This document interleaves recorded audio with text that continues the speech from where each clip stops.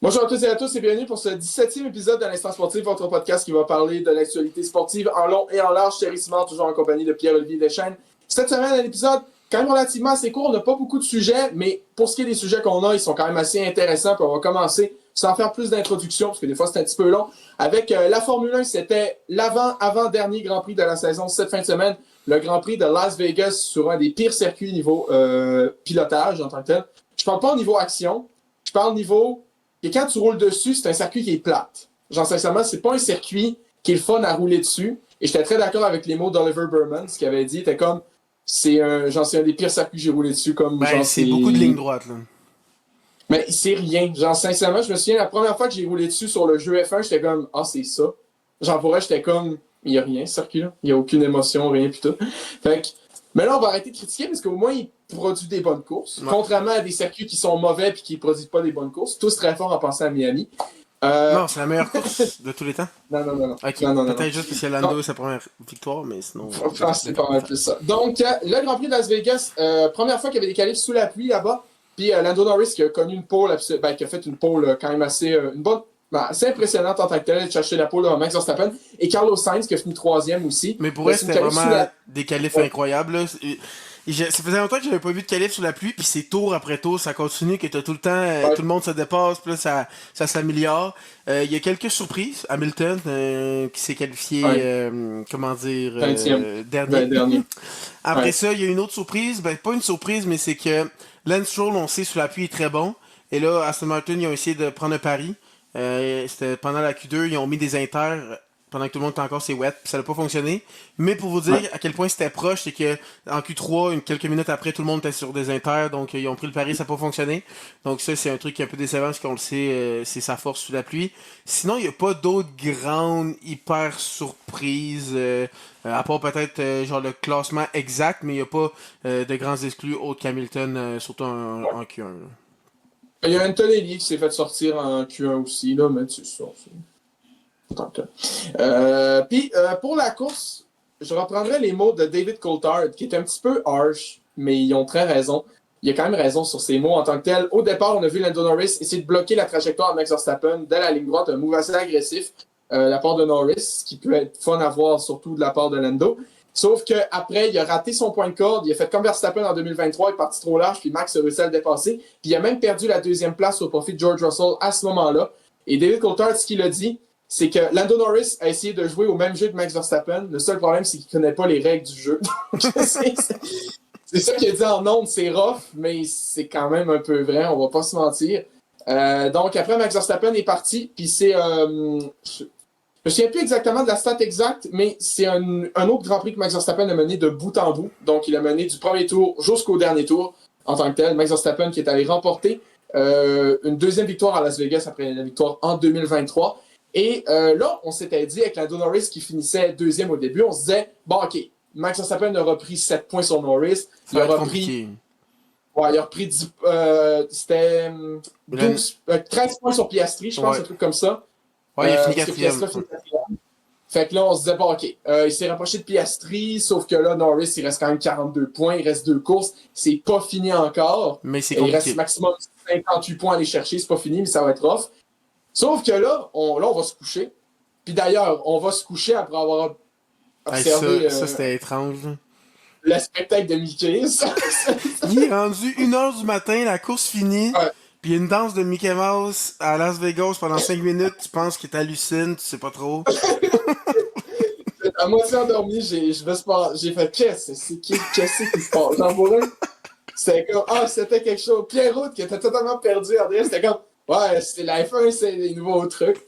Dans sa tête, était comme qu'est-ce que c'est ça quoi? Genre, en tout cas, c'était assez bizarre, c'est que là on va se coucher, puis le lendemain matin on se réveille, les deux McLaren disqualifiés, on est comme pardon. Donc, je sais, PO, ça a pas fait du bien à ton moral. Donc, au lieu de Non. ramener respectivement 18 et 12 points, les McLaren en ramènent 0. Donc, au moins pour le constructeur, c'est pas un gros problème parce qu'ils sont assurés depuis le mois de septembre, genre, le constructeur, ou début octobre. Sauf que pour le classement pilote, là, depuis que Verstappen inflige un 25-0 à Norris et Piastri, eh bien, il va égaler Oscar Piastri au niveau du championnat de pilote, donc 370 points. On se rappelle qu'après les Pays-Bas, il y avait plus de 100 points de retard. Ouais. Donc, depuis les Pays-Bas, Verstappen a Non, repris mais 100 points c'est à pour Piastri. dire comment Piastri ça va mal. Pas une Ouais. chance, mais comme une chance pour McLaren qu'il y a Norris qui est remonté. Parce que ça veut dire que si Norris avait pas autant continué d'être popé, ça veut dire que Max serait égalité au premier rang. Là, il pourrait. Ouais. Piastri, ça va vraiment, mais vraiment mal. Là.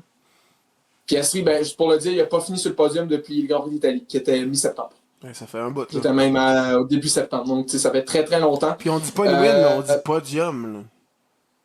Là. ouais, podium. Ouais. Puis là, en plus, c'est ça, donc il est devenu égalité avec Piastri. Piastri, avant le Grand Prix de Las Vegas, avait 24 points de retard sur Norris. Vous avez compris que ni Norris ni Piastri ont marqué de points. Donc maintenant, Verstappen est à 24 points est à 24 points de Norris aussi. Donc c'est moins d'une victoire en termes de points, ce qui est très, très. Ce qui est vraiment beaucoup moins de 42, on va se le dire. Il a inversé les deux chiffres en gros du Ouais. nombre. Mais là, il passe à moins d'une victoire en termes de points de Lando Norris. Il reste 2 courses, 58 points disponibles. Par contre, là, le calcul pour être champion du monde pour Lando Norris, c'est très facile. En gros, si au Qatar, sur l'ensemble du week-end, il marque 2 points de plus qu'Oscar Piastri et Max Verstappen, Lando Norris est champion. C'est pas plus compliqué que ça. C'est pas plus compliqué que ça, parce que s'il marque 2 points de plus, en tout, il y aurait 26 points d'avance. Et depuis que maintenant, ils ont enlevé le point du meilleur tour, ben, maximum de points que le pilote peut prendre, c'est 25. Donc, il serait assuré de gagner le titre. Il serait assuré de gagner le titre. Sauf que, mais là, ça fait quand même, en plus, Verstappen, on sait que depuis plusieurs courses, ben là, c'est sûr que Norris, ça faisait 2 courses, il avait repris l'ascendant. Et sur Las Vegas, il était très solide. L'année passée, Verstappen avait été très solide au Qatar aussi. Puis, en tout cas, il ne faut jamais parier contre Verstappen. Donc, ça va vraiment être à surveiller. La course au titre qui est relancée, c'est juste, c'est un petit peu dommage qu'elle se relance de cette façon-là. Mais pareil, ça reste que ça va apporter du suspense. Puis ça, on peut pas le regretter en tant que tel. Puis on n'a pas parlé de la raison de disqualification des deux McLaren. En gros, c'est même raison que les deux Ferrari en Chine, si vous en souvenez. C'est une usure de la planche en dessous de la voiture qui était trop importante. En gros, la planche, parce que j'ai écouté la vidéo de Depiello ce midi, en disant qu'il expliquait la disqualification, la planche en dessous d'une F1, elle a une épaisseur maximum, elle a une épaisseur de 10 mm. Et la FIA peut tolérer qu'à la fin de la course, si je me souviens bien, elle soit maximum 9 mm épaisse, en gros. Qu'elle ait perdu 1 mm d'épaisseur au terme de l'usure. J'ai peut-être mal expliqué, mais je crois que c'est ça. Puis, au niveau des tests qu'ils ont fait, ben, la planche, à certains endroits, au niveau de la McLaren, elle était en dessous de 9 mm d'épaisseur, donc elle était trop mince. Donc, c'est pour ça, puis automatiquement, ça veut dire une disqualification immédiate. Puis, tu sais, c'était pas comme elle était à 6 mm, elle était, à un certain endroit, elle était à 8,93 mm. Donc, ça s'est joué à des centièmes de millimètre, la Ouais, disqualification des deux McLaren. Mais après ça, quand tu revois C'est la pas beaucoup, course, là. tu vois qu'il frottait beaucoup au sol. Là. Quand tu Ouais. le. Ouais. Puis pour expliquer ça, c'est qu'en gros, il y a eu tu sais, comme des conditions un petit peu bizarres lors des essais libres. On sait qu'il y a une séance qui a été arrêtée parce qu'il y a une bouche d'égout qui est partie. En tant que tel, McLaren n'a probablement pas détecté ce problème-là, ni en qualification d'ailleurs, puis avec les qualifications puis l'arrêt du parc fermé, que tu n'as plus vraiment le droit de toucher au réglage de la voiture, ben ils n'ont pas vraiment découvert ce problème-là jusqu'à tard dans le week-end. Puis aussi, la gaffe, ça a été de dire à Norris d'attaquer puis d'aller chercher Verstappen, alors qu'il aurait dû... en tant que tel, il aurait dû essayer de préserver sa planche parce qu'il savait qu'il faisait Ben, plus. j'ai l'impression que c'est ça qu'il a fait à la fin, parce qu'il roulait vraiment, mais vraiment pas vite. Là, les 2-3 derniers tours, c'était comme 3,5 secondes plus lent là, que Max Verstappen. Ouais, c'est ça qu'il a fait, mais c'était trop tard. Les deux McLaren disqualifiés. Donc, pour parler du reste de la course, ben, Max Verstappen a remporté. George Russell termine deuxième. Comme d'habitude, fait rien, finit pas deux. C'est toujours ça la joke avec Russell. Troisième, Kimi Antonelli, très impressionnant. Il partait de la 17e place, on le rappelle. Belle remontée. Moi, par contre, c'est sa pénalité. J'ai pas compris. Pour elle, ils ont dit jump start. Ça s'est joué au centième de milliseconde près. Genre, sincèrement, je sais pas comment ils ont vu. Il y a des fois, c'est vraiment évident. Genre, mais là, j'ai vu une vidéo, puis tu voyais que la roue, il y avait une ligne qui était là sur la roue, puis elle avait avancé genre de à peine. Ben non, genre, pour elle, c'était de beaucoup. Il s'est pris un 5 secondes, puis finalement, il a été capable de rester par moins de 2 dixièmes devant Charles Leclerc. Ça, c'était incroyable comme fin de course. Il a vraiment poussé. Leclerc, est-ce que. Antonelli qui a fait comme aussi 48 tours sur ses médiums. Ça aussi, il faut en parler. Il a fait le fameux mime tes pneus peuvent pas se dégrader sans ton consentement. Ben, que tu laisses à dire non, puis il se dégrade pas. c'est ça. Mais ouais, c'est ça. Charles Leclerc qui a encore été victime. Il n'a pas une super stratégie de Ferrari. Ils l'ont laissé se faire un undercut alors qu'il était devant Piastri. On se souvient, il l'avait dépassé. Sachant qu'il avait un aileron arrière plus fait pour la pluie sur une course sous le sec, il n'y avait pas le setup idéal. En tout cas, fameuse stratégie Ferrari. Carlos Sainz, qui partait 3, n'a pas réussi malheureusement à rester là, mais il a quand même fini 5e avec les 2 disqualifications, donc gros résultat pour Sainz.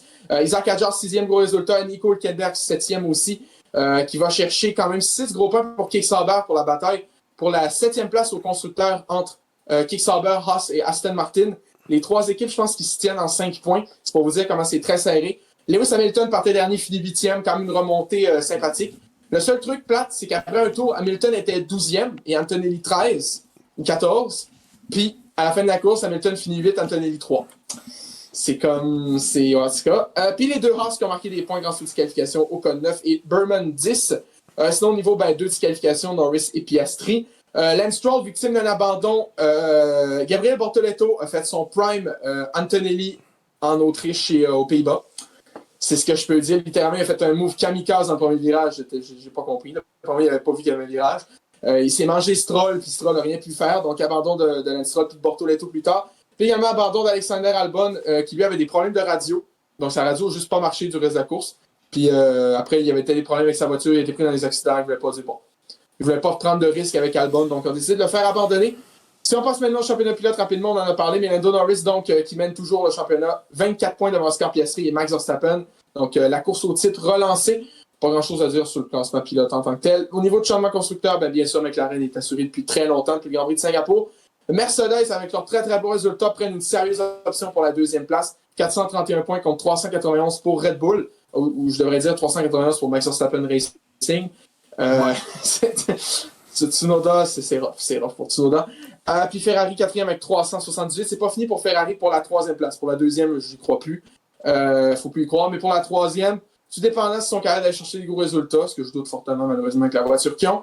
Puis a vu les performances de Lewis. Mais en tant que tel, sinon Williams, 121 points en 5e place, il devrait être good.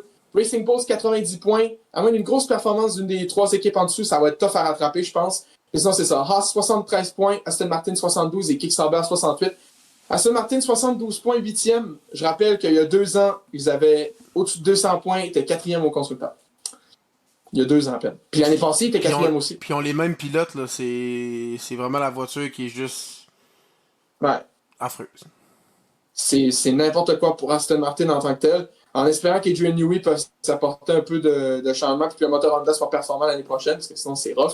Puis Alpine derrière avec 22 points, ça c'est Alpine. Il n'y a aucun intérêt de parler de cette équipe-là en tant que telle. Puis rapidement aussi, pour parler de Lewis Hamilton, on sait qu'il inquiète au niveau de ses performances. Il est plus tout jeune, 40 ans, c'est sûr qu'il commence à se faire vieux au niveau de la F1, mais c'est ses réponses en fin de course qui ont fait mal. Ils ont fait une autre journée. Il n'y a rien à sauver. C'était pénible. En tant que tel, j'ai hâte que ça se finisse. J'ai pas hâte à la prochaine. Puis là, la journaliste a demandé pas hâte à la prochaine course. On a dit pas hâte à l'année prochaine. C'est comme. Ouf. C'est pas hâte à l'année prochaine. Là. C'est que. On sait que Lewis, depuis qu'il a commencé la F1 en 2007, il a. Déjà, le pire nombre de podiums qu'il avait fait, c'était 5 en une saison. C'était son pire. Là, pour l'instant, il reste 2 courses dans la saison, il est à 0. Donc, dans le maximum. Puis, je vais faire une prédiction là, audacieuse, mais j'ai l'impression qu'il fera pas de podium dans les 2 prochaines courses. À moins d'un miracle. Sincèrement, à moins d'un miracle, je ne devrais pas faire de podium. Puis ça serait un méchant record. Là. C'est pas tout. Mais tu sais, même tu parles des meilleurs pilotes de l'histoire. Michael Schumacher, il y a des saisons qu'il n'a pas eu de podium, notamment 2 de ses 3 dernières avec Mercedes. Sa première aussi.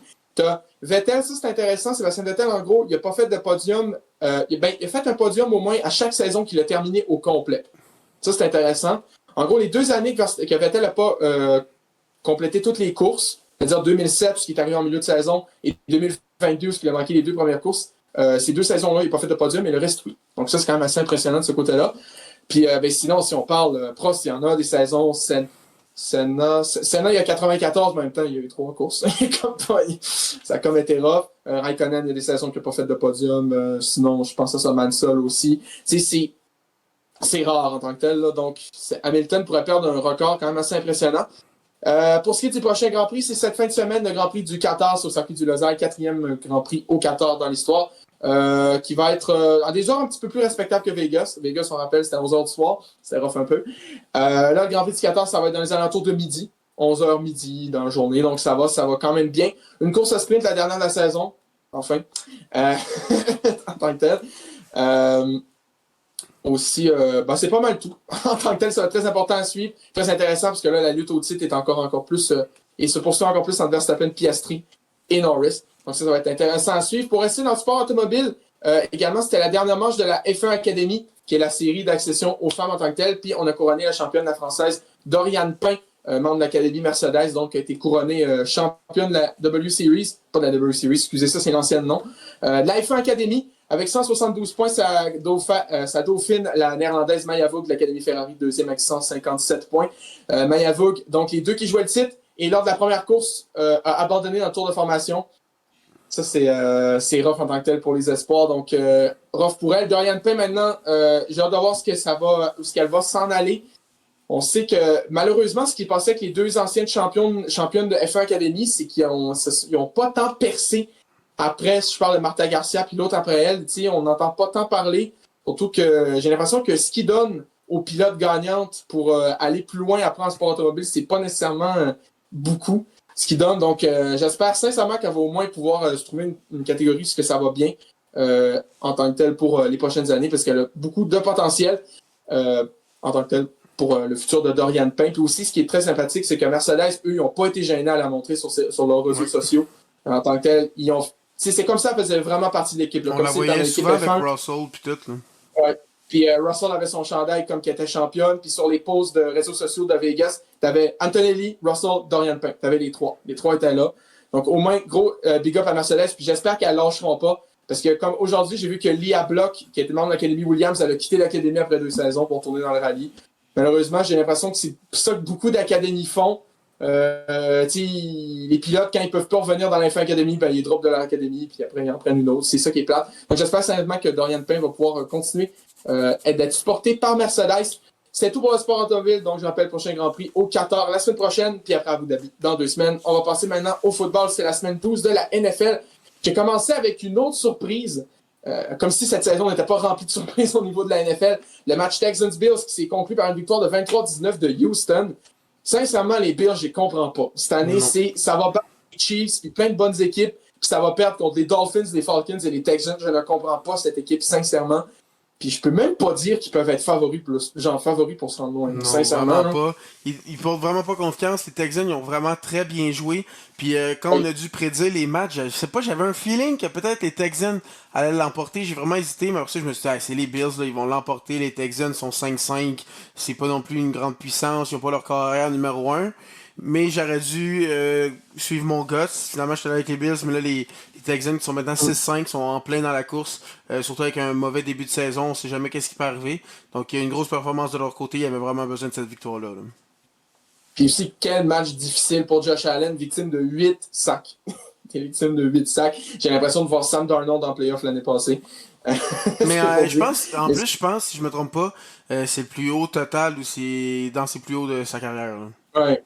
C'est vrai. Mais la défense des Texans, il faut leur donner leur carrière, est très, très excellente. Elle joue très, très bien la défense des Texans. C'est vraiment leur force en tant que telle. Pour ce qui est des matchs du dimanche, les Ravens, qui vont prendre la tête de leur division, tout dépendant du résultat des Steelers, ont remporté leur match 23-10 contre les Jets. C'est un match qu'il fallait gagner pour Baltimore, surtout s'ils espèrent revenir dans la course. Puis là, ils sont 6-5, ils sont au-dessus de 500 pour la première fois de l'année. Et surtout, ce qui est important, c'est que les Steelers sont aussi 6-5. Ils ont perdu leur match de peu 31-28 contre les Bears de Chicago. Les Bears qui sont 8-3. Vraiment incroyable. Surtout, il y a un moment donné, ils étaient 3-3 ou 4-3. Là, donc, pour vrai, ils sont sur une lancée. Puis les Steelers, qui étaient confortablement premiers de leur division, sont maintenant à égalité avec les Ravens, qu'on rappelle étaient 1-5. Donc là, ça va vraiment mal. Surtout que là, Rodgers n'a pas pu jouer. Puis, selon plusieurs, si Rodgers avait joué, probablement que les Steelers gagnaient ce match-là. Donc, faudra pas qu'ils continuent à perdre parce qu'on sait jamais, ils peuvent manquer les séries. Là. Littéralement. Puis, en tant que tel, surtout qu'il faut retenir que les Steelers étaient 4-1. Puis les Ravens étaient 1-5. Puis là, les deux sont rendus égaux. En tant que tel, très très rare pour les Steelers. Puis les Bears, si on était rendu, on m'avait dit, ou on nous avait dit en début avant de commencer la semaine 13, pardon, oui, au début de la semaine 13, les Bears vont être premiers de leur division devant les Packers et les Lions. Je pense pas que personne ne l'aurait cru. Personne. Mais surtout comme genre, tu l'as dit, c'est deux fortes équipes. Là. ouais. Il n'est pas dans une mauvaise division. Là. Les Lions puis les Packers, c'était deux puissances. Puis sinon, il y a les Vikings. C'est pas tant une mauvaise équipe non plus. Même si c'était rough dimanche, je pense que. Sinon, Patriots, ça a été quand même assez serré. Les victoires de 26-20 contre les Bengals. Les Bengals, on va falloir oublier les playoffs cette année. Par contre, Joe Burrow sera de retour pour le match de la semaine 13. Donc, petit côté positif. Sans toutefois lancer des rushs à Joe Flacco, qui a quand même bien fait. Oui, vraiment avec la très bien défense. fait avec l'équipe qu'il y avait. Puis tu dis faut oublier les séries, faut peut-être même penser peut-être Oublier la premier défense. choix, peut-être le premier choix, deuxième choix. Il y a les Texans. Non, pas les Texans, il y a les Titans. Les Titans, j'avoue que les Titans, c'est vraiment. On va en parler tantôt, là, mais c'est ouf. Ouais. Effectivement, puis les Patriots deviennent première équipe de la Ligue à atteindre la fiche des 10 victoires. Donc, très impressionnant pour les Patriots. Il faut se dire qu'en 5 ans, les Patriots ont eu le temps de ne plus être bons, de ne plus avoir Tom Brady, de faire une reconstruction et de revenir bons. Pendant ce temps-là, pendant 5 ans, les Bills ont été prime. Ils n'ont pas de garde de faire au moins un Super Bowl. Même pas gagner, juste se rendre. Ouais. En même temps, quand tu perds 4-38 contre les Chiefs, c'est sûr c'est rough. Là. Ouais, c'est rough.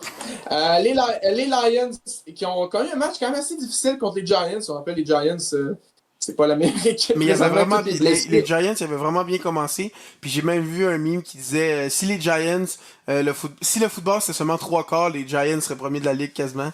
Ils commencent souvent très bien, puis à 4e quart, ça chie, puis là encore les Lions, mais les Lions, on peut pas parler du match sans parler de Jahmyr Gibbs qui a vraiment été exceptionnel.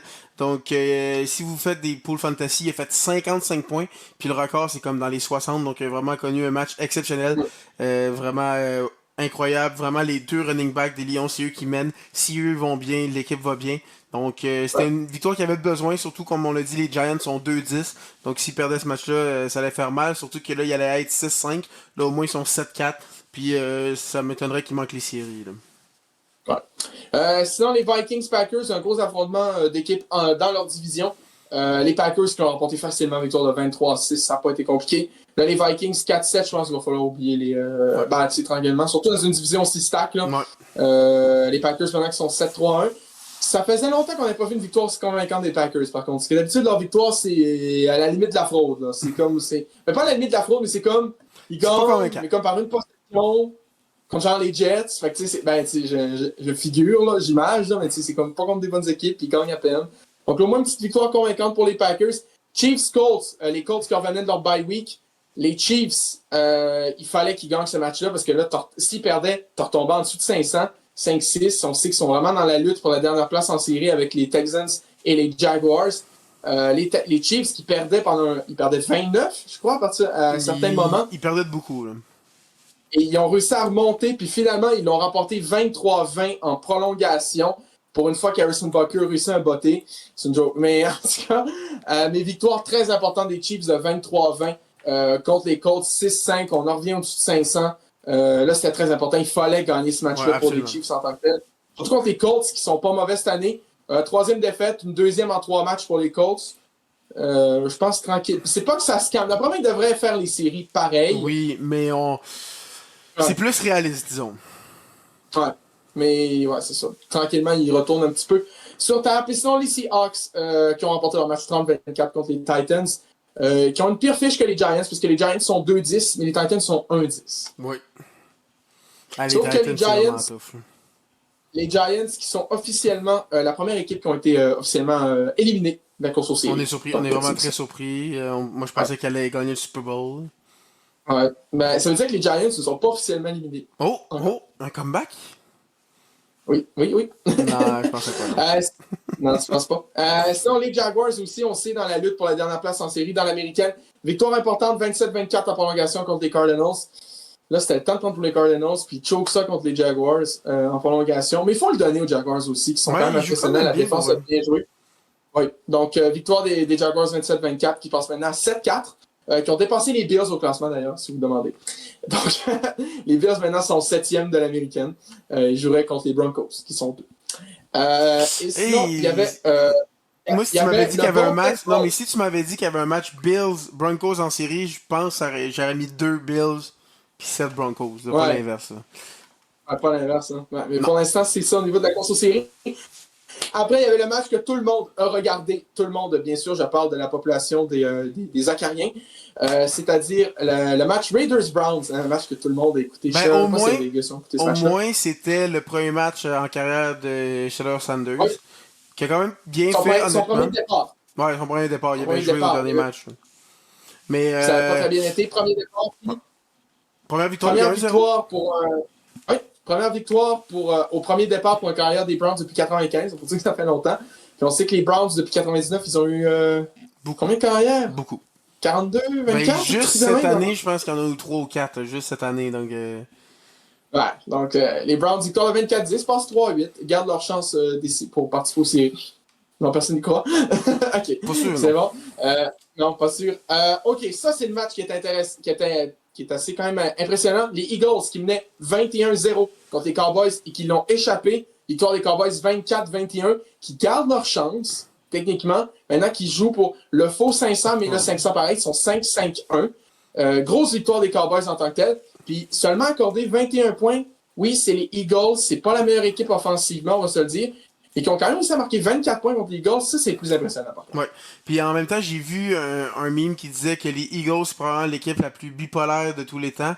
C'est que dans le même match, ils peuvent arriver puis être la meilleure équipe que tu as jamais vue, elles qui ont gagné le Super Bowl l'année passée. Et après ça, le quart d'après, c'est la pire équipe que t'as jamais vue. Il y avait un autre match qui avait hyper mal commencé, puis après ça, il avait joué comme la meilleure équipe de la ligue. Et comme là, il menait 21-0, tout allait bien, puis d'un coup, tout s'effondre. Je sais pas ce qui se passe avec les Eagles, c'est dur de les juger. C'est une bonne équipe, mais... Je sais pas, pour vrai, si tu me dis maintenant qui tu penses gagne le Super Bowl, j'en ai aucune idée. Pour vrai, il y a aucune équipe qui me porte vraiment confiance. Pour vrai, ça se peut vraiment que peut-être les Pats y aillent, les Broncos, une équipe de même qui se surprennent. Puis je serais même pas surpris parce que chaque équipe est battable, pour vrai. Oui. Puis là, il faut se rendre compte que les Patriots peuvent peut-être retourner au Super Bowl. Puis là, c'est pas le fun.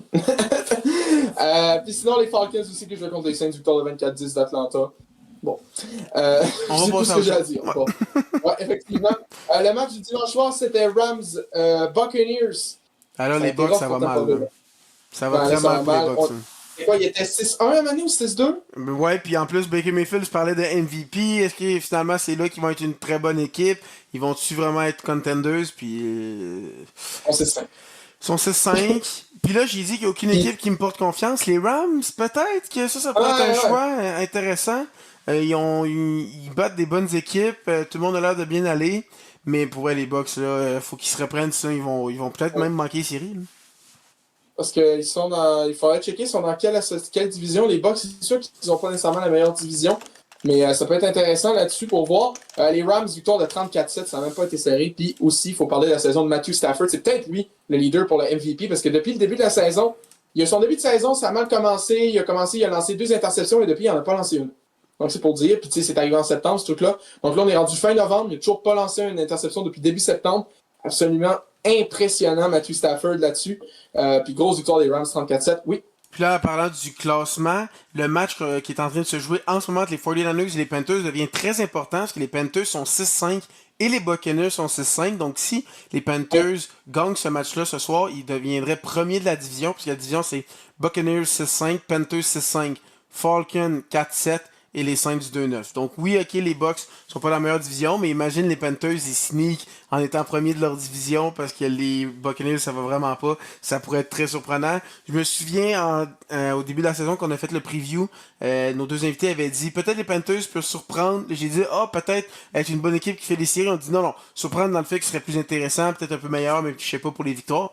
Mais finalement, ils vont peut-être encore plus surprendre que nous qui pensaient qu'elle allait surprendre. Mais là, il faut le dire, par exemple, les Panthers, probablement, sont en train de perdre 10-3 contre les 49ers. Mais les 49ers, c'est quand même une meilleure équipe sur le papier. Ouais, mais il reste en masse de temps encore pour revenir au moment qu'on tourne en ce moment. Ils sont à la moitié du match, donc c'est juste un touché. Donc c'est un match très important pour eux. Et pour les 49ers aussi, parce qu'on le sait, les 49ers ils ont eu beaucoup de blessés et leur division, elle, est très forte. Comparé à l'autre division, eux sont avec les Rams 9-2, Seahawks 8-3. Et eux sont 3e 7-4, tandis que s'ils étaient dans le NFC South avec Buccaneers, tout ça, ils seraient premiers. Donc eux aussi, c'est un match important pour monter à 8-4 et peut-être être une des dernières équipes repêchées. Là. On peut maintenant passer au match de la semaine prochaine, de la semaine 13, la semaine de la Thanksgiving Week dans la NFL. Déjà, 3 matchs qui vont être tenus jeudi en tant que tel au lieu d'un seul. Comme à l'habitude, tout d'abord, Lyon-Packers, match très important pour la division en tant que tel. Donc, Lyon-Packers, on rappelle les Lions 7-4 et Packers 7-3-1. On va dire 7-4, c'est pas mal équivalent aussi. Donc, match très, très important. Je me souviens, ils s'étaient affrontés semaine 1, les Packers l'avaient emporté facilement. Là, je pense que les Lions ont déjà plus de chances de remporter. Je mettrais peut-être plus mon argent sur les Lions, là, parce que les Packers, sous-dépendants, en plus. Puis de la façon fois, comment Jahmyr Gibbs joue récemment, Ouais. j'ai l'impression qu'ils sont sur une bonne lancée. Moi aussi, j'irai avec les Lions, là, de mon côté aussi. Sinon, Chiefs, très important aussi. Ce serait important de gagner ce match-là contre les Cowboys en tant que tel. Les Chiefs, s'ils peuvent passer 7-5, s'ils passer 2 victoires au-dessus de 500, ça pourrait être très intéressant, très important aussi. Puis les Cowboys, on sait, c'est pas la meilleure défensive. C'est une très bonne attaque. Il va falloir que la défensive des Chiefs soit solide là-dessus. Et Ravens-Bengals, donc les Ravens, match d'équipe de la demi-division aussi. Ça Pour pourrait les être un Ravens, match il va falloir... vraiment impressionnant parce que souvent, c'est deux équipes, quand ils jouent contre, il y a beaucoup de points qui se marquent. Surtout, là, tu as dit que c'était le retour de Joe Burrow normalement. Il devrait revenir. Donc, ça va être un match qui pourrait finir avec haut pointage, qui va être très, très le fun. Très bon choix de match, je trouve, pour le jeudi. 3 très bons matchs là, qu'on va avoir. Là. Sinon, vendredi à 3h d'après-midi, ça c'est bizarre. Déjà, j'ai oublié de dire, mais jeudi en tant que tel, le match Lyon-Packers est à 1h. Donc, rythme pour ceux-là qui travaillent. À 4h30, c'est Chiefs-Cowboys, puis à 8h et 20h20, c'est Ravens-Bengals. C'est vraiment pour à que 3... aux États-Unis, parce que eux, c'est le gros congé, donc il y a beaucoup de matchs. Et honnêtement, je pense qu'en début d'année, on aurait pu dire, ouais, Bears-Eagles pour le vendredi de la Thanksgiving, c'est pas fou, mais finalement, c'est deux équipes à 8-3, c'est un match quasiment au sommet de la ligue, donc c'est assez surprenant. Là. Ouais. Est-ce que les Bears pourraient surprendre et aller chercher une 9e victoire ou est-ce que les Eagles vont Ben, se si les reprendre? Eagles rejouent comme ils ont joué le dernier match à la fin du match, les Bears pourraient facilement l'emporter. Là. Honnêtement, les Eagles, c'est pas la puissance qu'on aurait pensé. Là. Effectivement. Pour ce qui est des matchs du dimanche, il va y avoir Panthers-Rams. Donc, ça va être important pour les Panthers. Les Panthers, c'est 2 matchs rough qui jouent de suite. 49ers-Rams. S'ils perdent ce soir, qu'ils reperdent, ils passeraient 6-7. Là, ils descendront en dessous de 500. Ça serait compliqué. Les Rams sont 9-2. Donc, eux, ça va très, très bien. 49ers-Browns. Ça, les 49ers devraient l'emporter s'ils veulent aussi garder leur chance pour les séries. Colts-Texans. Là, il va falloir faire attention pour les Colts. On sait, ça fait quelques matchs compliqués que Daniel Jones fait. Il faut voir si Jonathan Taylor est capable de se démarquer encore là, mais les Texans aussi, c'est une excellente défensive. Donc, il va falloir faire attention du côté d'Indianapolis. Dolphins Saints, bon, ok, ça c'est le match que. En tout cas, là. Ça, c'est pas fou. Ça c'est plus ça. Je peux dire que n'importe qui gagne ce match-là, ça change rien à leur saison. À part, ça change peut-être pour le premier choix ou le deuxième choix, mais pour les séries. Ben, quoi que, les Dolphins, s'ils gagnent, ils passent 5-7. Il faudrait vraiment un miracle qu'ils gagnent tous leurs matchs, là. Il faudrait vraiment un miracle, là. Imagine si ça, finalement, ils font les séries, là, j'aurais l'air cave en maudit. Sinon, le Jets Falcons, ça aussi, c'est pas incroyable. C'est dans la même situation, 4-7 puis 2-9, les deux, je me dis, bon, ouais. Rough. Non, là, peut-être que tes Cards, peut-être qu'ils vont pouvoir l'emporter. Ils sont contre les Buccaneers. Ouais. Donc, les Buccaneers qui vont pas très bien, ça pourrait être leur chance de revenir du côté de la victoire, là. Effectivement, ce serait important pour Tampa Bay de remporter ce match-là. Les Jaguars, là, ça serait très, très important. Si les Jaguars gagnent ce match-là, ils seraient 8-4, ce qui serait quand même une fiche très impressionnante. Puis c'est pas qu'ils n'ont pas de chance, c'est contre le Tennessee. C'est contre les Titans qui sont 1-10, on le rappelle. Donc là, les Jaguars, ça pourrait être un petit match facile. Ben, pas un petit match facile, mais c'est un match un peu plus facile à aller chercher. Puis ça les mettrait confortablement en série. Ben, confortablement, ça les aiderait pas mal là, pour les séries. Là. Ouais. Ça les aiderait effectivement. Sinon, pour ce qui est des autres matchs, Seahawks-Vikings, ça va être intéressant aussi. Les Seahawks qui peuvent aller chercher une 9e victoire. Chargers-Raiders, les Chargers qui peuvent essayer de se reprendre aussi. On se souvient que leur dernier match contre les Jaguars, ça a été rough. Ouais. Il est en bye week cette semaine, les Chargers, si vous vous souvenez pas. Puis Steelers-Bills, ça aussi, ça va être important. On va voir si Aaron Rodgers va pouvoir venir jouer pour Pittsburgh. Pour Buffalo, il va vraiment falloir se reprendre du côté de Buffalo. Parce que là, c'est comme un match, ils sont super bons, un match, ils sont vraiment pas convaincants. Donc là, contre les Steelers, il va falloir voir. Tu vois que souvent, la défense des Steelers a de la misère. Donc, ça va être intéressant à suivre. Le match du dimanche soir, Commanders-Broncos. Donc, ça aussi, ça va être... Ben, non, ça devrait être une victoire. Ça devrait être une victoire quand même simple des Broncos qui pourraient maintenant être à 10 victoires. Donc, ça aussi, ça serait une équipe que ça les mettrait quasiment quasiment confirmé pour les séries à 10-2, à part si vraiment ils choquent monumentalement. Il devrait être correct, donc ça pourrait être un match très important pour eux. Et le dernier match, Monday Night, c'est entre les Pats et les Giants. Les fiches sont complètement à l'inverse, 2-10 et 10-2, donc les Pats devraient facilement l'emporter. Donc ça les mettrait à 11 victoires, puis là, ils seraient confortablement, ils pourraient relaxer pour le reste de la saison. Donc Ouais, moi, je pense que les Pats vont remporter facilement ça aussi, là. ouais c'est les Giants, donc ça devrait être rough. Surtout les Giants Personne avec qui va. plus de Jackson Dart, plus de Scam Scadaboo, puis plus de Malik Neighbors, là. Ça, faut le spécifier aussi, là. Ouais, contre les Pats et selon un certain compte sur Instagram, le meilleur carrière de l'histoire de la NFL. Ouais, peut-être pas, là. Peut-être pas. Sincèrement, si vous voulez rire, consultez le compte de Drake May Lover, c'est incroyable. Sincèrement. J'ai jamais vu un gars autant capoter sur un gars de toute la vie Mais que on dirait Drake que May tout le Lover monde au est complet. d'accord parce qu'il y a aucun commentaire négatif. Le compte arrête pas Ouais. d'augmenter. On dirait que tout le monde adore Drake May, on dirait, là. Puis aussi, pour parler, il y a quelques semaines, il y avait sa femme, je crois qu'elle avait posté une vidéo sur ses réseaux sociaux, comme, je sais pas, elle cuisinait quelque chose, elle faisait une recette, puis les gens dans les commentaires étaient comme, ouais, tu donneras un bisou de ma part à ton chum, tu dis à ton chum il est la raison que je me lève à tous les matins. Ouais, non, Drake May a l'air d'être populaire, là. Il a l'air de faire l'unanimité, là. Oui, ça c'est très drôle. Semaine 13, donc, peut-être du côté de la NFL. Petit tour du côté de la NBA. On se souvient l'année passée, puis dans les dernières années, les Raptors, depuis leur championnat de 2019, c'était rough. Les Raptors, présentement, ils ont joué 17 matchs, ils sont 12-5. Ils Pour sont vrai, deuxième c'est de très l'Est. surprenant, là. Ils sont deuxième Non, ils de sont rendus l'Est. 13-5, ils ont gagné ce soir, ils viennent de gagner. Ils ont Ah, gagné ah ouais? 110-99 contre Cleveland qui était troisième. Donc ça, c'était un match très Oh. important, il aurait pu se faire dépasser. Donc ils gagnent même contre des grosses équipes, là. C'est pas juste, ils ont eu des matchs faciles. Donc pour vrai, les Raptors, vraiment surprenant. C'est surtout qu'on n'a pas vraiment un joueur étoile comme un Luka Doncic ou quelque chose. C'est vraiment le collectif qui va super bien. Donc pour vrai, très impressionné par les Raptors. Mais ce soir, je dis qu'il y a personne qui sort du lot, mais Ingram connu un très bon match, 37 points. Donc Oh. vraiment très bonne performance de son côté. Lui, avec Scotty Barnes puis RJ Barrett, c'est pas mal eux les meilleurs, je trouve, jusqu'à maintenant cette saison. Donc vraiment très impressionnant du début de saison des Raptors. Mais qu'est-ce qui m'impressionne encore plus, c'est que l'équipe qui est juste devant eux, c'est les Pistons. Il faut se rappeler, il y a quelques années, ça fait vraiment pas longtemps, ils battaient des records de plus de défaites de suite. Ils étaient Oui. vraiment derniers. L'année passée, ils ont surpris en se faufilant dans les séries. Et là, ils sont premiers. Donc, on dirait qu'il y a un changement du côté de l'Est dans la NBA. Donc, vraiment très impressionnant, là. Donc, les Raptors, maintenant, qui sont sur une séquence de 8 victoires consécutives. Deuxième dans l'association de l'Est devant le Heat de Miami, 2 victoires de plus. Et au niveau de l'association de l'Ouest, c'est le Thunder qui ont en 18 matchs 17 victoires. Et ça, Donc, faudrait en parler. Ils ont 17 victoires, une défaite, sont incroyables. Puis souvent, vu qu'ils sont tellement dominants, chez quand c'est le quatrième quart, ils sont tellement en avance qu'ils jouent même pas les quatrièmes quarts. Donc déjà ça. Et en plus de ça, ils pourraient peut-être finir avec le premier choix au prochain repêchage. Parce que si vous vous souvenez de l'échange de Paul George qui avait envoyé plusieurs choix et chez Gilius Alexander au Thunder, ben il y a leur choix de 2026 et en ce moment les Clippers ben ils ont seulement genre 4 ou 5 victoires. Donc si la saison continue comme ça pourrait être un gros choix. Puis de ce que j'ai vu, c'est un très très bon repêchage. Donc les Thunders sont en route sur le pace qu'ils ont en ce moment sont en route de connaître la meilleure saison de l'histoire. Ben, ils pourraient en plus de ça rajouter un top prospect là. Donc ça pourrait être une dynastie ouais. comme les Golden State Warriors pendant une coupe d'années, là, disons, là.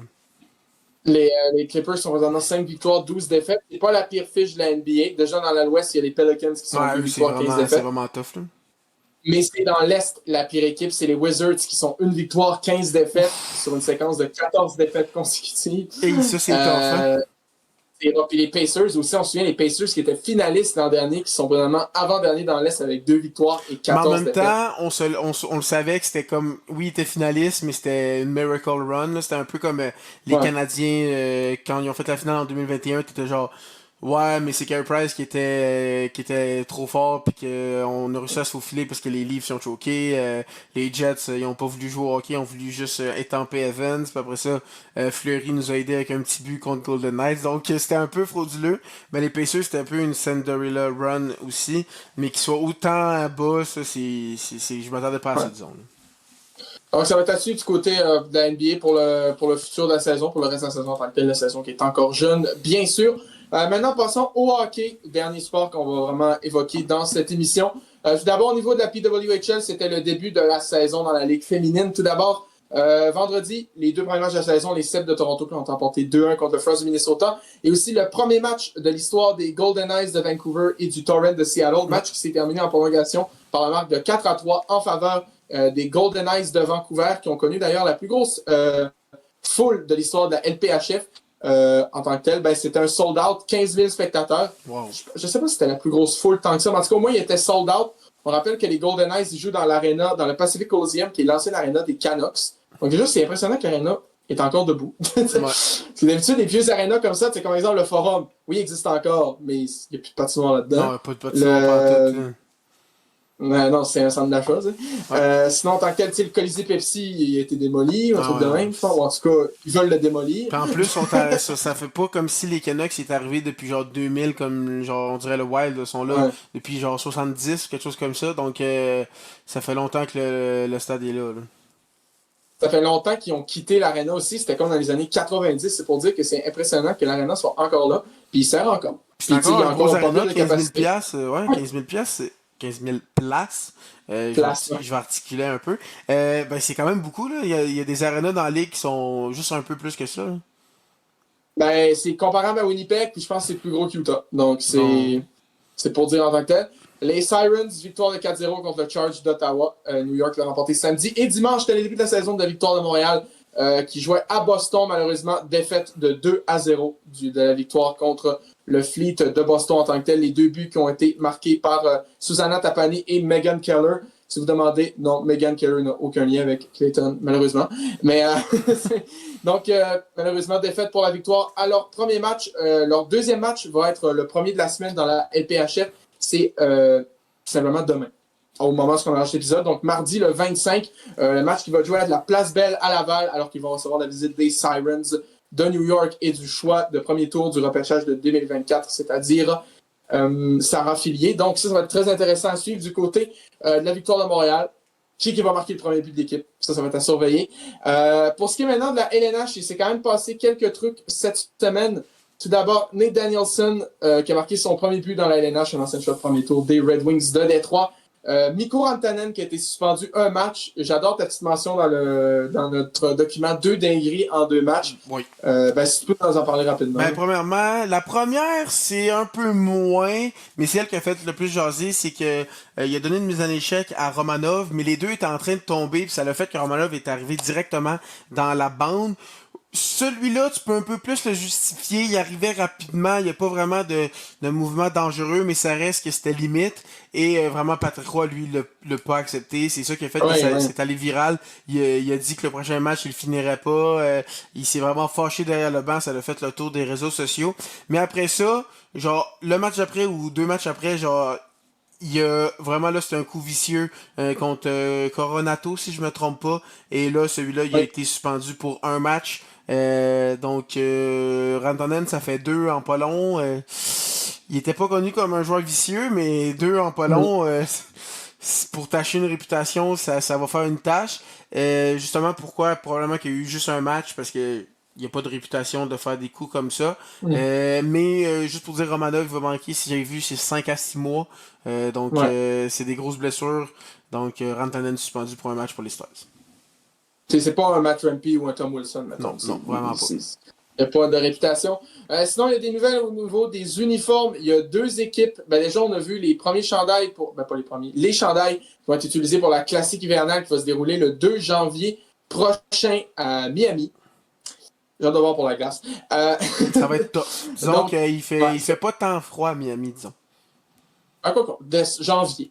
On peut prier qu'il fasse 15 degrés. Ouais, c'est ça. Peut-être. La glace est bien réfrigérée, ça le fait. Ça le fait. Donc, classique hivernale à Miami, le 2 janvier entre les Panthers de la Floride et les Rangers de New York. Donc, on a vu les chandails. Les Panthers, c'est rough. Moi, sincèrement. Bah, les Rangers, ça va. C'est ça, c'est ça rien va. de très incroyable. Les deux, c'est rien de très incroyable, les Rangers. En gros, c'est un blanc crème avec New York marqué en bleu en diagonale. Ils ont un peu repris comme leur chandail anniversaire cette année, sauf qu'au lieu d'être Rangers, c'est marqué New York. Puis c'est du blanc crème. Il y a un logo avec la pomme, parce que la Big Apple, comme ça qu'on nomme la ville de New York. Tu sais, ça fait la job. C'est pas un chandail incroyable, mais tu sais, ça fait. C'est pas le pire uniforme que j'ai vu dans ma vie, sincèrement. Il y en a des pires. Pour ce qui est des Panthers de la Floride, moi je dis que les pants bruns ruinent tout. Littéralement. Ah, ça, Les pantalons bruns, c'est ça qui ruine tout. Si les pantalons avaient été bleu marine, non, je pense qu'actually, à part le logo qui est bizarre, là, il n'aurait pas été de mauvais l'uniforme, sincèrement. Là. C'est pas qu'il est affreux, mais aussi le logo. En gros, le logo, c'est qu'ils ont pris leur premier logo avec la panthère, mais ils l'ont comme modifié pour que ça ait l'air comme si le logo était apparu dans les années 30. Genre, comme si ce logo-là avait été créé dans les années 30. Ils ont donné un look vieillot. Ouais, c'est laid. C'est genre, c'est il pas aurait pu juste remettre l'ancien logo pour ça aurait fait la job, là. Je pense pas, tu sais, mais c'est ça un peu qui est compliqué avec les Panthers, c'est que tu sais, ils ont connu quand même certains looks, mais tu sais, souvent les classiques hivernales, c'est un moment où les équipes ils préfèrent mettre des vieux looks, mais des vieux looks, là, on parle pas années 90, on parle années 30-40, là, souvent c'est ce qu'on préfère avec les classiques hivernales, de s'inspirer de cette époque-là. Les Panthers sont à peu près en 93, ouais. C'est sûr que ça donne pas une grosse marge. Ils se sont inspirés, en gros, de chandail d'une équipe qui faisait partie de la Tropical Hockey League, qui était présente en 1938-39, donc c'est pour vous dire, qui a duré une saison. Hey, ça n'a pas été un grand succès de son. Ouais, non, mais en gros, je m'étais renseigné sur cette ligue-là, puis les joueurs en tant que tels, c'était des joueurs du voisinage dans des ligues amateurs. Déjà que le hockey en Floride en 38-39, je pense pas que c'était aussi big que maintenant, mettons. Puis aussi, tu avais plein de gens de la Navy ou de la Marine en tant que tel. Ben, Navy Marine, c'est vraiment le même truc, mais de la Navy puis de la Air Force, là, comme des soldats américains qui jouaient dans cette ligue-là. Là. C'est comme si, je vais donner un exemple vraiment bâtard, mais c'est comme si qu'au Saguenay, une ligue de garage, tu avais la moitié des joueurs, c'était des soldats de la base de Bagotville. C'est comme si. En tant que tel. Donc, surtout 1938-39, à partir d'un bout, les joueurs, avant un moment donné, ils étaient comme plus disponibles pour un truc assez évident. Donc, c'est ça. Ils se sont inspirés. Je me souviens pas exactement du nom de l'équipe, par contre, mais c'était dans la Tropical Hockey League. Bon, c'est correct sans plus, mais les pants bruns ruinent tout, sincèrement. Si les pants avaient été bleus, ça aurait été solide. Puis sinon, un autre nouveau chandail, c'est du coup... nouveau chandail, c'est du côté des Blackhawks qui ont introduit un nouveau troisième chandail pour célébrer leur 100e anniversaire. C'est leur ancien troisième chandail, en gros, qu'ils ont adopté de 99 à 2009, littéralement. En gros, ils l'ont eu de 96, pardon. 96 à 2009, ils ont eu ce chandail noir-là. En gros, c'est le chandail rouge, sauf qu'il est noir. Ils ont comme un peu inversé les couleurs, mais tu sais, c'est très quand même assez iconique. Ouais, c'est très beau. Ouais, c'est très clean. C'est très clean en tant que tel, tu sais. Ils l'ont eu de 96 à 2007 non-stop. Après, en 2007-2008, il y a une saison, ils l'ont pas eu, parce que c'est un nouveau uniforme Reebok. En 2008-2009, ils l'ont ramené un an, puis après, il est parti. Mais en tant que tel, c'est comme un troisième chandail très iconique de l'histoire des Blackhawks. Il y avait déjà eu des leaks, mais là, ils ont été confirmés que ça revenait. Et moi, je pense pour quelques saisons. Donc, au moins, ça peut être sympathique. Puis aussi, il faut surveiller les Stars qu'on a vu lors d'un entraînement récemment qui portaient les mêmes pantalons qu'ils avaient avec leur Reverse Retro d'il y a 2 ans. Donc, potentiellement, un chandail qui ressemblerait à leur Reverse Retro porté il y a 2 ans. Il y a 2-3 ans, je ne sais plus exactement en tout cas. Donc, ça va être à surveiller aussi au niveau des chandails. Pour ce qui est maintenant des autres nouvelles, Adam Laurie qui a signé 5 ans, 5 millions. Adam Laurie, le capitaine des Jets. Mais moi, je pose une question. Là. 5 ans, là. Il y a quel âge? Je vais aller vérifier, je te dis ça, mais en même temps, en plus, c'est plus un troisième. C'est plus un troisième centre qui peut remplacer sur un deuxième trio. Présentement, il a 32 ans. 32 ans, c'est que ça le monte jusqu'à ses 37 ans. Ok, ouais, ça Cette va. Année, il a 3 points en 9... Cette année, il a 3 points en 9 matchs. Oui, il est quand même bon dans les deux sens, il peut jouer physique, mais c'est vrai que c'est pas un contrat qui a 0 risque. Mais en même temps, 5 millions avec le cap qui monte, c'est pas si pire, ça peut faire le travail. Et moi, mais c'est ça, la question que je me pose, c'est pas au niveau du salaire, c'est au niveau des années. C'est comme 5 ans. C'est comme Marchand, il a pas signé 5 ans? Un truc comme ça aussi? Je pense même que c'était peut-être 6 ans. Là. 6 ans, puis il y a quoi? Il y a 36? Ouais, il me semble que ça le montait jusqu'à 42, si je me trompe pas. C'est encore ça, c'est un contrat encore pire, je trouve. Mais en même temps, cette année, il y a comme 25 points en 20 games, là, cette année. Là. Non, Donc c'est sûr. finalement, puis une chance qu'il est là parce que sans Kachuk, sans Barkov, ça aurait pu être compliqué. Effectivement. Sinon, une nouvelle signature du côté des Canadiens de Montréal, un joueur français. Ouais. Alexandre Texier qui a signé un contrat d'1 an, 1 million. Alexandre Texier, on rappelle un choix de deuxième tour des Blue Jackets en 2017.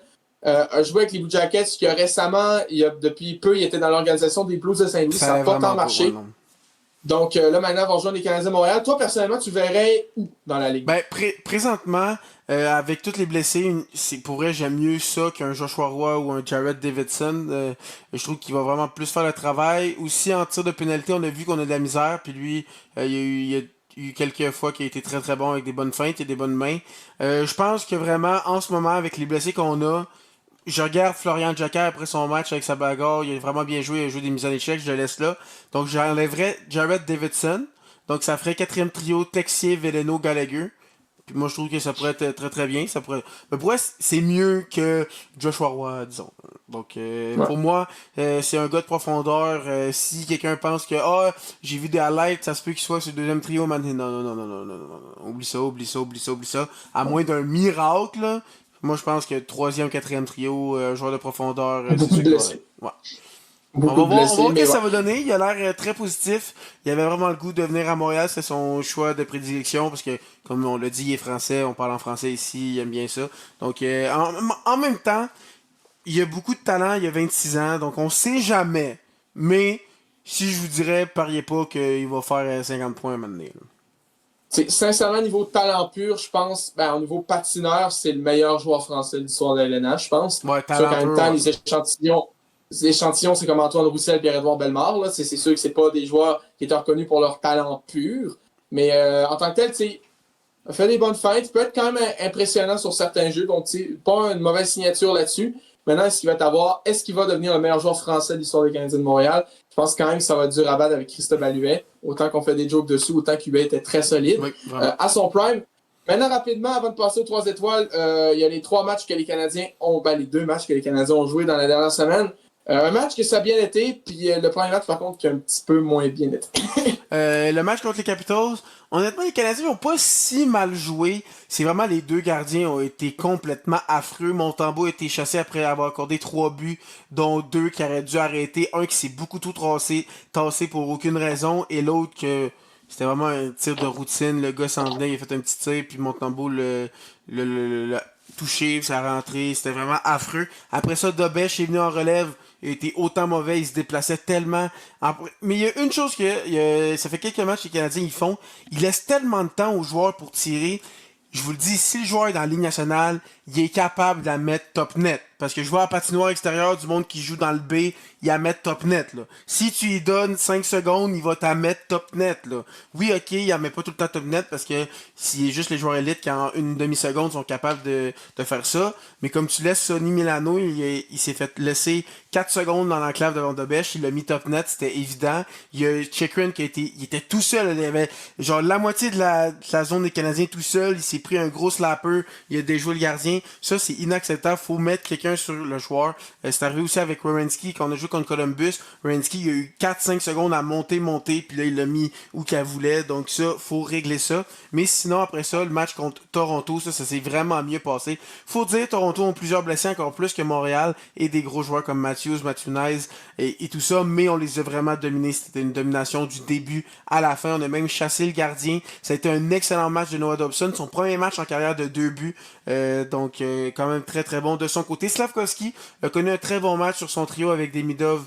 Vraiment aimé comment ils ont joué. Donc, une victoire de 5-2. Et ça a été le premier match en carrière de Florian Jacquet, qui a connu un très bon match. Il a été physique, il y a eu une bataille qu'il a remporté facilement et il y a eu une mention d'aide, donc son premier point à son premier match. Et aussi, il faut dire que maintenant, avec la nouvelle de Texier, il y a aussi eu le rappel de Adam Engstrom qui est vraiment très bien fait dans avec Laval, son dernier match, il a fait 1 but, 4 passes. Donc, ça lui a valu un petit rappel. Donc, peut-être qu'il va jouer à la place de Struble, Jacky. On va voir qu'est-ce que l'entraîneur va décider. Mais il a été rappelé et Texier va être là. Donc, le prochain match du Canadien est mercredi à 9h30 contre le Mammouth de l'Utah. Donc, on va voir s'ils sont capables de revenir sur une séquence de victoires après leur victoire contre Toronto. Parce qu'avant ça, ça avait été 5 défaites de suite pour les Canadiens. Donc là, il faudrait retourner du côté du chemin de la victoire parce que si on connaît une autre mauvaise semaine, on peut très rapidement descendre parce que dans l'Est, tout le monde est très très proche. Je pense qu'il n'y a même pas 5 points qui différencient l'avant-dernier du premier. Donc faut pas commencer à perdre encore d'autres matchs si on veut faire les séries. Et Dobèche a bien fait contre Toronto. Donc peut-être que lui il va revenir à être un bon gardien parce que là les deux gardiens ça allait mal. Donc c'est ça pour la semaine des Canadiens. En tant que tel, ça va être surveiller. Puis aussi, ce qui peut être profité, c'est qu'il affronte une équipe qui va pas nécessairement tant bien non plus. C'est Utah, ils ont connu quand même beaucoup de défaites. C'est très similaire aux Canadiens. Il avait bien Ouais. commencé, après ça, il y a eu un petit creux, donc on va voir qu'est-ce que ça va donner pour les deux équipes. Là. Sauf que, je sais pas c'est quoi qu'il y a de pire, sincèrement, entre les takes des fans des Canadiens et les takes des fans du Mammouth, là. Parce que t'as les fans des Canadiens qui sont comme, Montembeault, pas bon, Dobèche, pas bon. Puis t'as les fans de Utah qui sont comme, ouais, embaucher Peter DeBoer, t'es comme... Pourquoi il changerait d'entraîneur? Je pense pas que c'est l'entraîneur le problème. Non, écoute, c'était soit Vemelka la faute ou DeBoer, ou Tourigny. J'étais comme... Calmez-vous, là. C'est une jeune équipe, Ça elle paraît apprend. Ottawa, là, Moi, sincèrement, Ottawa j'étais sont comme... très bons. Ils ont fait les séries l'année passée, mais ça a pris 3-4 ans avant qu'ils soient compétents. Quand c'est une jeune équipe, c'est normal. Là. Ouais. Écoute, moi, sincèrement, ça montre que les fans de Utah n'ont pas appris à souffrir comme d'autres.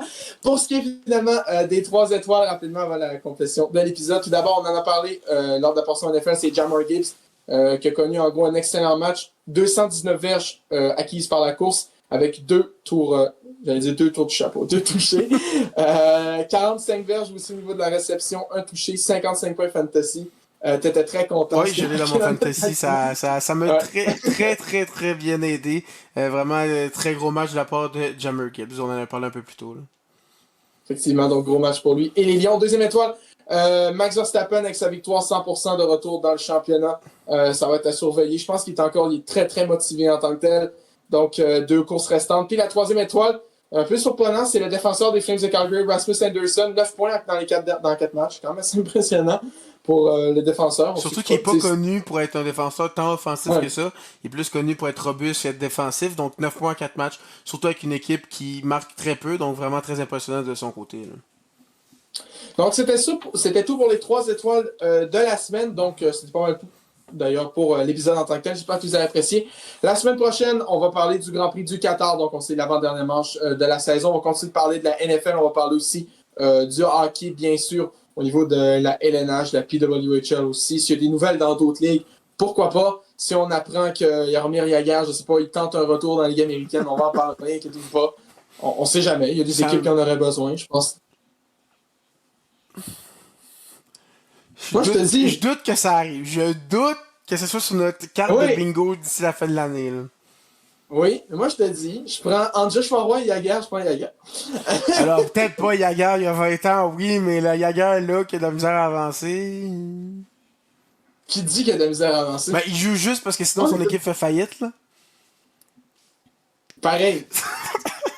Mais j'avais vu une vidéo l'autre jour, il avait fait un beau jeu là. Tu sais, quand même, là. Ben, je suis sûr, je dis qu'il avance plus, mais je suis sûr qu'il est meilleur que moi au hockey, même à 80 ans. Ouais. Sinon, il va falloir surveiller tranquillement les rosters pour les Jeux Olympiques. Ça, c'est sûr que ça va prendre un petit peu de temps. Par contre, au niveau des rosters, des championnats du monde junior, ça risque d'arriver tranquillement. Parce que là, en date de l'épisode où ce qu'on tourne, on est le 24 novembre. Dans précisément 1 mois et 2 jours, le championnat du monde junior va débuter. Donc, dans 1 mois et 2 jours, moi, j'ai extrêmement hâte. Je suppose que toi aussi. En tant que tel, c'est vraiment la transition par excellence du temps des fêtes, là, sincèrement. Ce serait juste le fun que le Canada, cette année, apprenne à tirer sur le net et à marquer des buts. Hein? Ça serait le fun. Non. Hein? Il commence par apprendre à prendre les meilleurs joueurs disponibles. Aussi. Et non des joueurs de 4e trio pour de l'énergie quand tu laisses ta maison des joueurs qui font 100 points dans le junior. Mathieu Catafort. Donc, Ethan Gauthier. Ethan Gauthier, Mathieu Catafort. Encore une chance qu'Easton Cohen est bon à Toronto parce que, c'est bol que on l'aimait pas dans décembre passé. Il s'est petite tête avec sa jambe, là. Hey, puis il peut se mettre où je pense, là. Donc, c'était rough. Du côté d'Easton Cohen, donc c'est ça, il va falloir surveiller ça. Le championnat du monde cette année, on rappelle qu'il est au Minnesota. Puis également, au niveau du championnat du monde, on a appris que lui, 2027 va être à Edmonton et Red Deer. Encore une Là, fois, tu dis, pourquoi Oui, mais il faut remettre ça en contexte. En gros, en 2021, le mondial junior est à Edmonton. On se rappelle qu'en 2021, il n'y avait pas de spectateurs. Après, le mondial junior 2022, il avait donné Edmonton aussi, sauf qu'il avait été annulé après 4 jours parce qu'il y avait plein de cas de COVID. S'en souvient, puis c'était à cause de l'organisation, c'était pas super. Il l'avait retenu, mais pendant l'été. Donc, tu sais, un championnat du monde junior au mois d'août. Oui, c'était stylé, mais je me souviens même les matchs du Canada, à part la finale contre la Finlande, là, l'aréna était genre au moins 70% vide à chaque fois. Il n'y avait personne qui allait au match. Là. Puis on donc, était là, tellement dominants, on écrasait tout le monde en plus, donc... Ouais.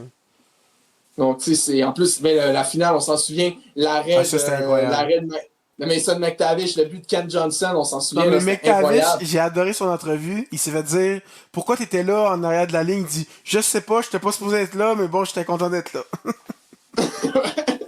Donc là, maintenant, ils vont avoir une chance d'avoir d'avoir un vrai championnat du monde en 2027. Donc ça va être à surveiller.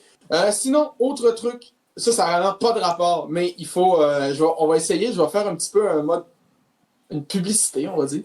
On va tester un produit. En gros, ça fait plusieurs mois même, 1 an ou 2, que sur mon feed Instagram, je vois un compte qui s'appelle Hobby Bricks.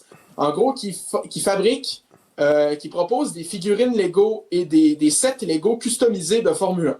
C'est pas comme OK, ils font des voitures puis ils vendent. C'est qu'en gros, ils font des voitures, les vraies voitures de la saison de F1, qui sont quand même assez fidèles, même je dirais encore plus fidèles au niveau de la forme que les 7 Speed Champions qui sortent officiellement, le vrai partenariat Lego puis F1 en tant que tel.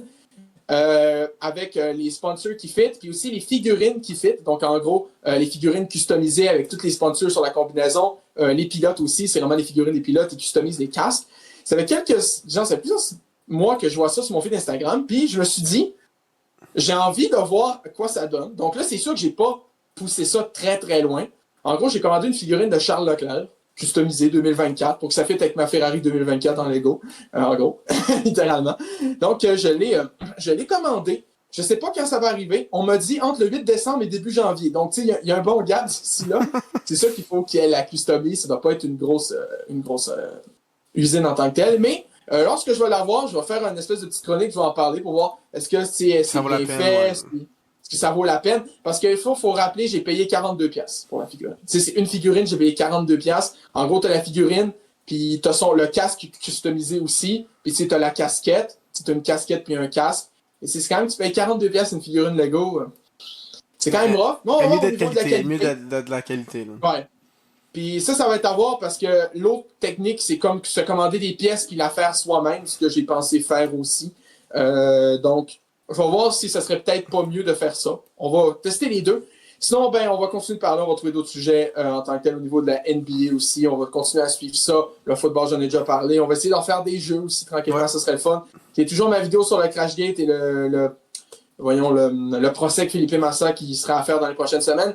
Donc ça va être à surveiller en temps et lieu, tout simplement. Donc j'espère que vous avez apprécié l'épisode, puis on va se retrouver la semaine prochaine pour le prochain.